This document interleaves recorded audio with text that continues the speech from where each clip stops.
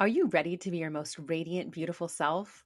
Are you confused by all the conflicting information about skin and beauty?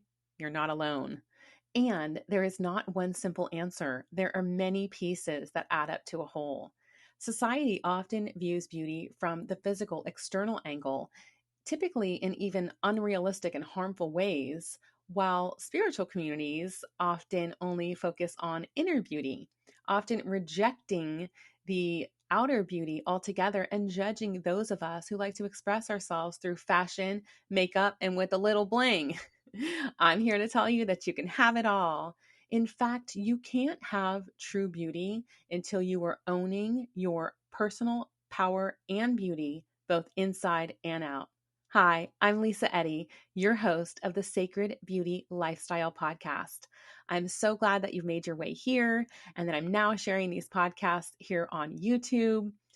In my 25 years in the beauty industry, I have worked with thousands of women. I have witnessed so many beautiful, powerful, smart, and kind women who are hiding instead of shining. My mission is to empower you to own your true power and beauty inside and out, to be truly confident and shine through your skin. Lord knows the world needs your light. I'm committed to helping you understand the choices that you are making that are working for or against you. I'll also be sharing beauty tips and tools your mother never taught you, and together we will bust urban beauty myths. Make sure to subscribe today to receive episodes right when they are released. For those who prefer listening to the audio podcast, head over to sacredbeautylifestyle.com. That's sacredbeautylifestyle.com, and you can find the platform of your choice. Enjoy. Hello, and welcome to another episode of the Sacred Beauty Lifestyle Podcast. Today, I have to share with you the beautiful Stephanie Snow. Stephanie is the founder of Beauty Revolution, an organization dedicated to helping women recognize and embrace their own authentic beauty. She has had a lifelong passion for all things body, fitness, and wellness related, and has done over 30 years of personal research. She also holds a BA in psychology and is a certified mind body eating coach. Stephanie is also the host of Flip the Beauty Script, where she empowers all women to embrace their beauty. When she's not spreading the message of body love, Stephanie can usually be found enjoying the beauty of her home in the Pacific Northwest, running in the rain, hiking with her family, or curling up with a good book. Stephanie, I am so happy to be here with you today and to get to share you with the Sacred Beauty Lifestyle Podcast. Welcome. Thank you. Yes, it's funny. You and I have quite the parallels. When I look at, when I'm here introducing you and looking at your history and your experience and your passions, and how you have been doing this for 30 years and helping women with fitness and beauty and body. I absolutely love it. It seems like a perfect fit to share you with our fabulous listeners here on the Sacred Beauty Lifestyle. Thank you. And not to mention that we also matched today. So I got the memo. karma. I almost, for any of you listening to the podcast on the traditional platforms, I have also recently released it on YouTube. So our YouTube watchers are seeing that we are both wearing red, which is such a great power color, by the way. Mm-hmm. Side note, I just did an episode on the 4 keys to creating beauty where I talk about if you're tired or want to, create energy, sometimes reaching for color is a good way to do it. So you might want to check out the 4 keys to creating beauty. So back to Stephanie, really, really loving what you're doing. Super honored to share with you. And I have some questions for you. And also just kind of wondering if you want to share a little bit about your history and how you started making this connection where you want to empower women and the body image and how this all kind of came to be. Yeah, I would love to share my story. It's a long one, but I won't bore you with all the gory details today. But it started a very long time ago when I was about 6. Was the very first time I realized I don't fit this mold that I'm supposed to fit. I was watching a commercial for a shampoo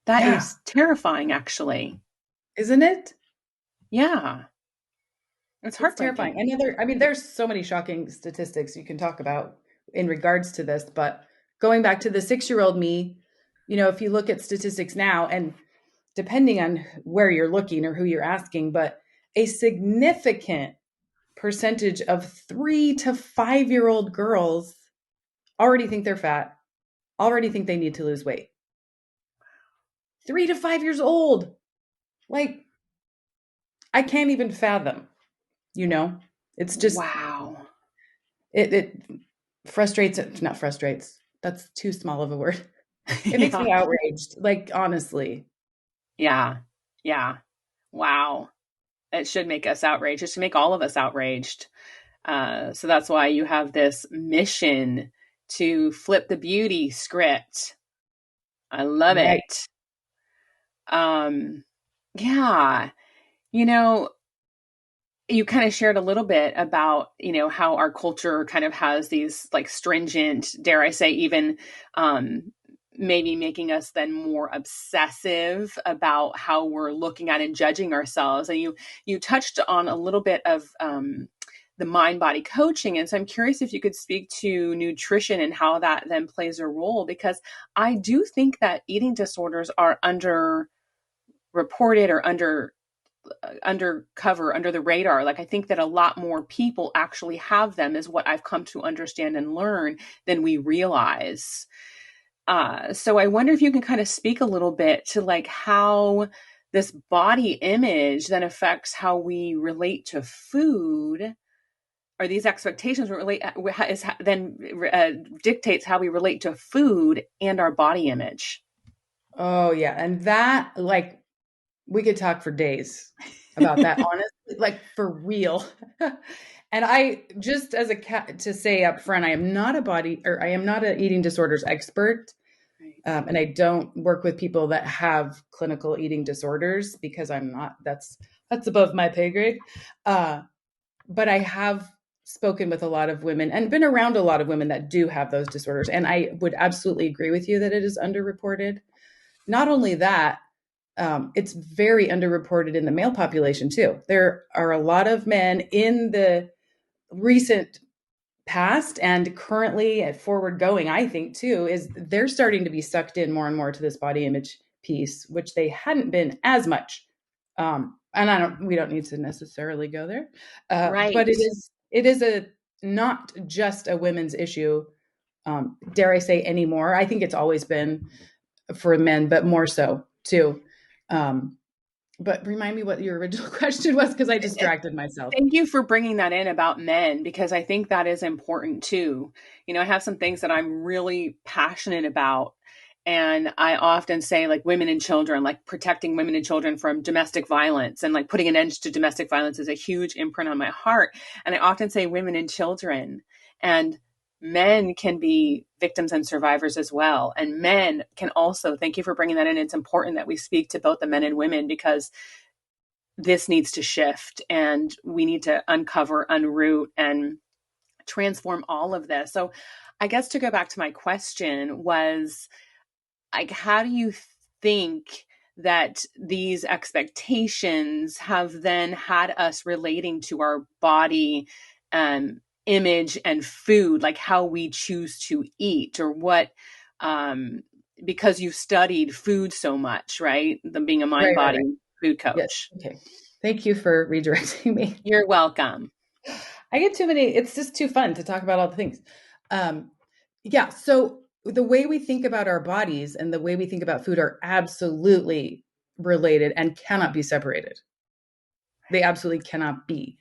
So part of the problem is if we're told and we believe that we're supposed to fit a certain size, a certain shape, a certain weight, whatever you want to call it, the box, we're absolutely going to do what we need to fit into that box. So it could be an eating disorder. It could just be you're restricting, you have to be on a diet. Like, how many times do you go out with other friends or women and almost immediately, especially if there's food involved with whatever you're doing, oh, I can't eat that. Oh, I shouldn't eat that. Oh, I've already used my calories of the day. Oh, I can't, blah, blah. Oh, well, I did run this morning. So maybe blah, blah, blah.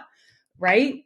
Like that's just kind of how we relate and bond to each other as women too, with how much are we eating or not eating. And oh, well, don't watch me eat this cookie because I really, And so we, for one thing, we assign morality to food, the good food, the bad food. Right. Whereas in reality, food is not a moral thing, right? There is no good food. There's no bad food. Food is just information. Food is information for your body. And yeah, you probably shouldn't just eat candy bars. Or yeah, if you only eat lettuce, probably a problem because your body does need all these sorts of nutrients. But food is just information to your body. So if we give it a morality and it's good or it's bad, it's going to affect how not only what we're eating, how much of it, but this is the super fascinating part to me. It affects what nutrition we actually get out of the food when we eat it. It's been scientifically proven, and I find that so fascinating. So fascinating. Oh my gosh, that is so fascinating. And I can completely see and understand how, because it's a belief that we hold. So your body's like, oh, these are the nutrients I get from this. Yes. Yeah. And if you're the thing too, so let me think of how to succinctly put it without just splattering it out because that's how I tend to do sometimes. I like that way too. Go ahead. You can do Uh, anything here.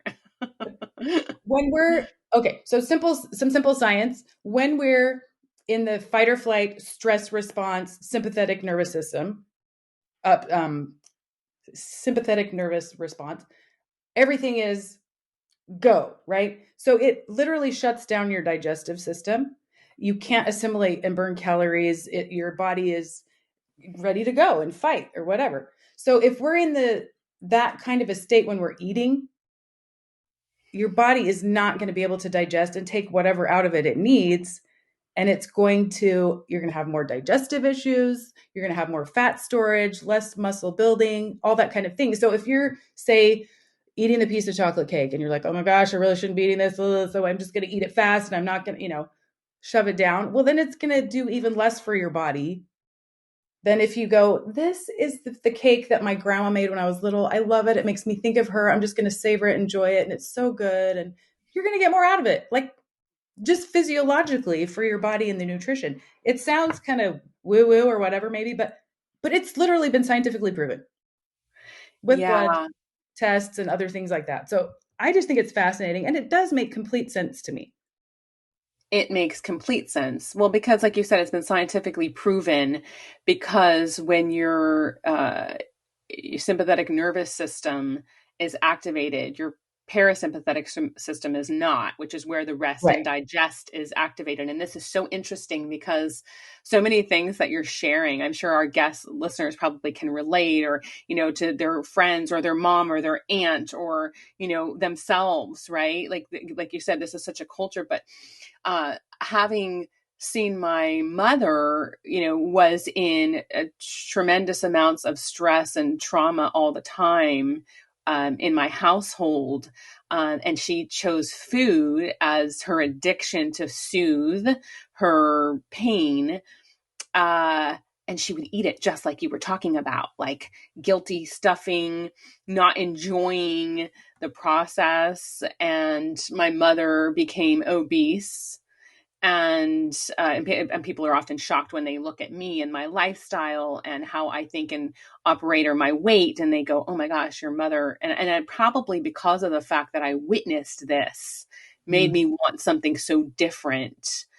But I see how she was, not honoring her body, like not, in a state of receiving, how she had all these ideas about it being bad. I love that you just brought that in when you're like, I always say that even whether you're having a second cup of coffee or wine, if we're not shaming ourselves but absolutely being in the joy of it. And I think this has something to do with, tell me what you think, the book French Women Don't Get Fat. Is that the title of that book? Are you familiar? Oh, yes. I think Because I have it over on my, oh, it's up in my other bookshelf. But yes, Yeah, because they are enjoying. It's very much the French culture of like taking it in, absolutely. right? Like everything should feel good, smell good, look good, all about joy and enjoyment. And there's a huge component of that. I love that you brought that in. Thank you. Yeah, and in our culture in America, we are the instant gratification, fast, do it now, get things done, move along, right? Now, now, now, go, go, go. And so many times when that's how we eat too, whether if we're just shoving food in as you're heading there, here, heading there, with even if you're not putting in the moral issue, and your body, like I don't know how many times, and I've really been trying to work on eating slow and enjoying because it's hard for me. But I know my body will appreciate it more. I'll get more out of it. And everything will be more positive if I do that. If I eat that way, but so many times I have eaten a meal and immediately I get up and go look for food because I ate so fast. My body didn't have a chance to tell my brain I got food. Yeah. Isn't It's that just fascinating? yeah.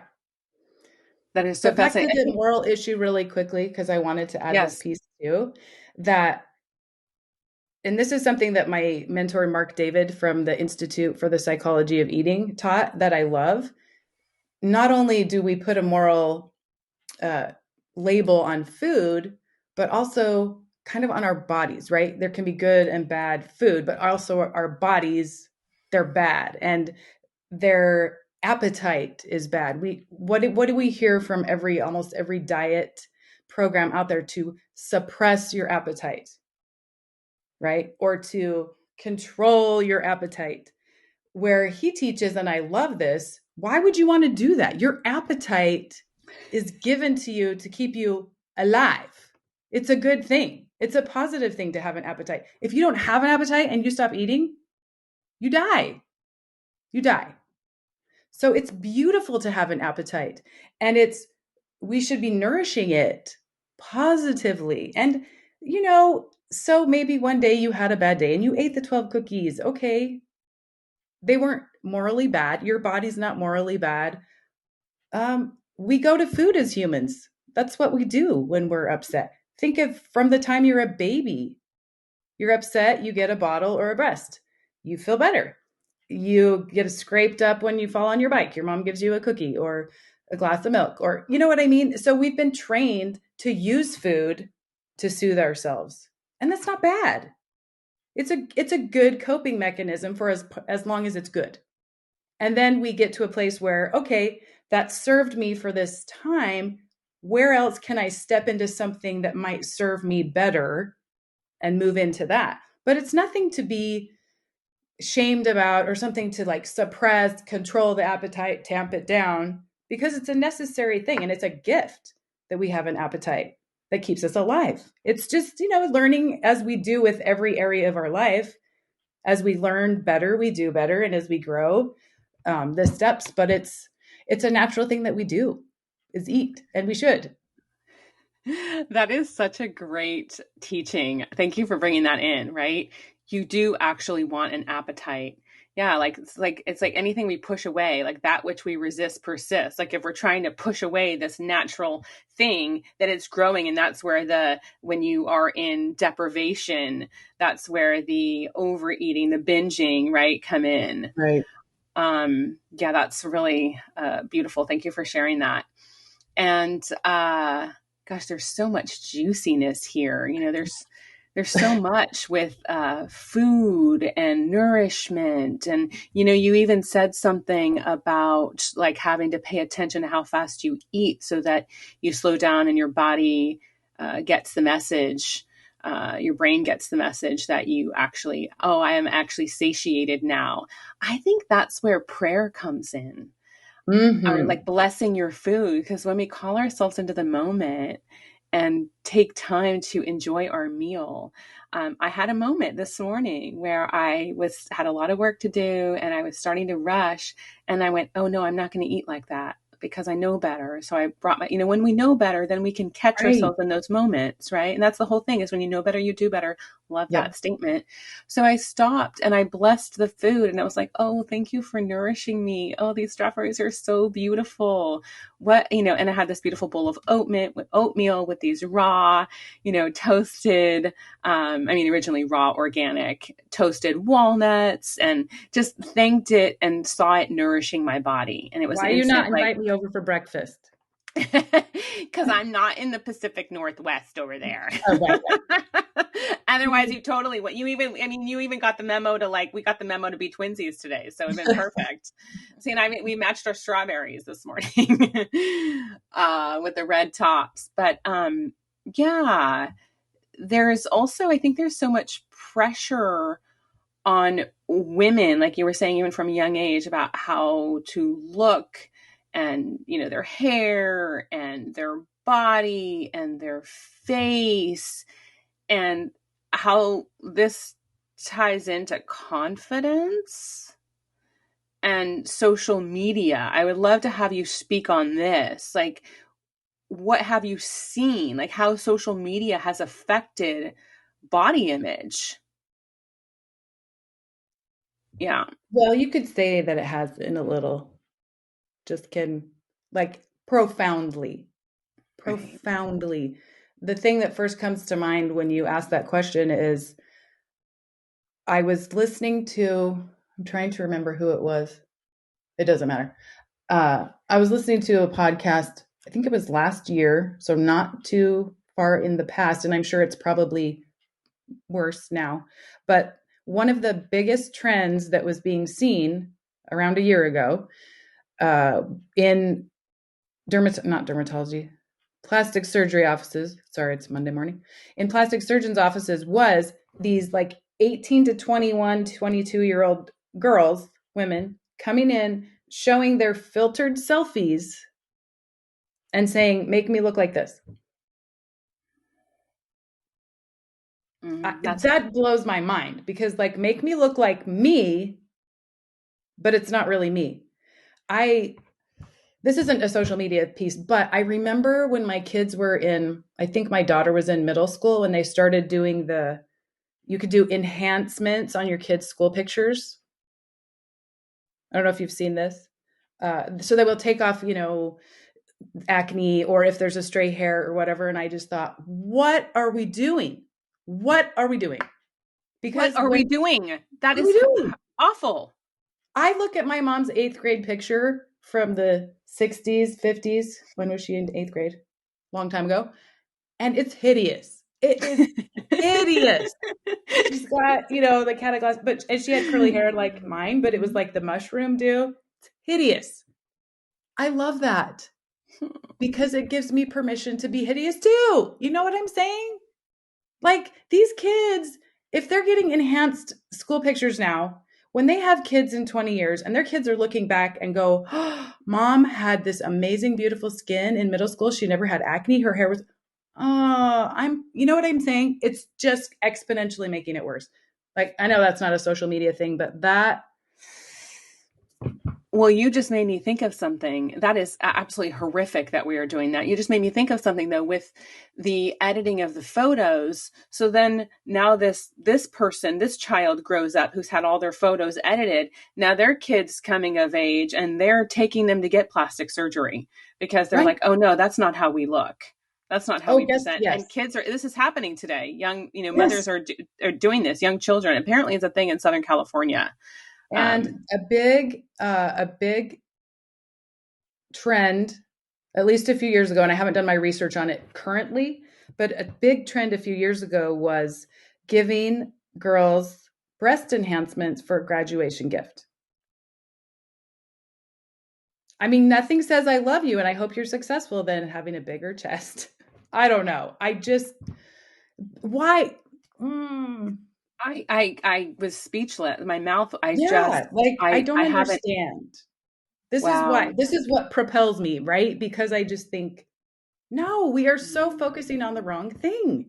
We're so focusing on the wrong thing. And even it doesn't matter how many enhancements or augmentations or nips and tucks and twists and turns or whatever you do, You're never going to fit that box, and the box is always going to be changing. We're constantly going to be chasing that perfection that's always going to be just out of reach. And because the beauty industry as a whole, right, they know that. And they make it that way because they want to make money. Totally. And so it's like, I'm going to create a problem, and then I'm going to create the solution. And it keeps going and getting bigger and more dramatic as time goes on. And I think it's so sad if we don't ever realize who we really are inside and what really is important. Then we're going to keep chasing that, and as I'm getting older, there's going to come a time, it doesn't matter how many times you stretch things or whatever, your body is going to get older, it's going to break down, there's only one end for all of us, really. We're all going to die. I mean, we're all going to die, you know and I don't know about you. I don't want to spend my time standing on a scale 5 times a day, or looking in the mirror 15 times a day, or worrying because I don't fit in the same jeans I fit in last year, or my, yeah, I don't know. All the things. It's like, oh my gosh, we all have so much more to give to this earth than what we look like. Thank you. It's so not important. Thank you for bringing that back to like what your mission is, my mission, to help empower women to own their true, authentic beauty inside and out. So I wonder if you have a tip that you might want to share for our listeners who, can relate and maybe, are like, well, how do I even start to change the dialogue or the relationship? Because I know you talk about building a relationship with your body. Do you have something that you can share? I do. And can I just throw in a little, I just want to throw in a little addendum to what I just said. Yes. Because I sometimes can get over excited about this, and I do not want people to think that I am anti coloring hair or anti makeup or anti doing whatever you feel you want to do to make yourself feel better. I don't have a problem with any of it. Honestly, I don't. If people want to do whatever they want to do, it's great. My problem is with the powers that be enforcing that on us, all the ideas that we have to do that. We have to look a certain way. So if you're doing it for yourself and it makes you feel happy, 100% do it. Thank you for bringing that piece in to tie that together, because I actually feel the same way. Like our listeners who are watching us on YouTube are like, well, you ladies look like you made an effort to into your appearance today to present yourself in a certain way. And absolutely, I love looking and feeling beautiful. What is the difference is looking in the mirror and having fun with the getting ready process versus like, I got to change this, rejecting it, trying to look like someone else, hating the way I look, you know, is very different than honoring and adorning your body. Absolutely. So thank you for tying that in. Okay, so what is a You're welcome. tip? What is a tip for our listeners that you can help them start to perhaps become friends with their body? Okay. This is one of my favorite tips, and it's simple. Sometimes not always easy, but it's very simple. And I call it the rule of thumbs when I do it in a presentation. And now, if you can't see me, if you're only listening, I have both my thumbs in the air, and it's a little ditty that says something like, "If you wouldn't say it to a friend, don't say it to yourself." So I'm putting both my thumbs down. If you wouldn't say it to a friend, don't say it to yourself. So I like to ask people, okay, envision the worst thing you ever say to yourself about yourself. Like, oh my gosh, my thighs are so fat. Oh my gosh, the wrinkle, whatever it is. What is the worst thing you say to yourself consistently? Now, envision that you're going to turn to your best friend, your sister, your mom, a coworker, and say that to her as if you're saying it about her body. Most people, when I say that, they're like, what? I don't want to say that to someone else. Would you ever say that to someone else? No. Then why do we say it to ourselves? It's a form of bullying and abuse. Like, don't do it. Don't say it. So the first thing is to notice those thoughts. when I'm self-bullying, stop it.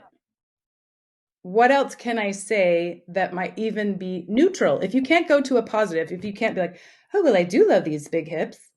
I mean, that's a stretch sometimes, right? I mean, come on. But if you can just at least say, I'm bullying myself, I need to stop. These hips help me walk down the road. Or these hips, have birthed baby, whatever it is for you. Uh, find even a neutral space where you can just appreciate the fact that you have hips. Maybe you've never broken a hip. If you've broken a hip, you are going to appreciate those hips. If you have healthy hips, what a blessing. What a blessing. So just start there. If you wouldn't say something to a friend, don't say it about yourself, and try to just catch yourself and at least come to a neutral space. And then eventually Beautiful. get to the loving space. But start to Beautiful. neutral.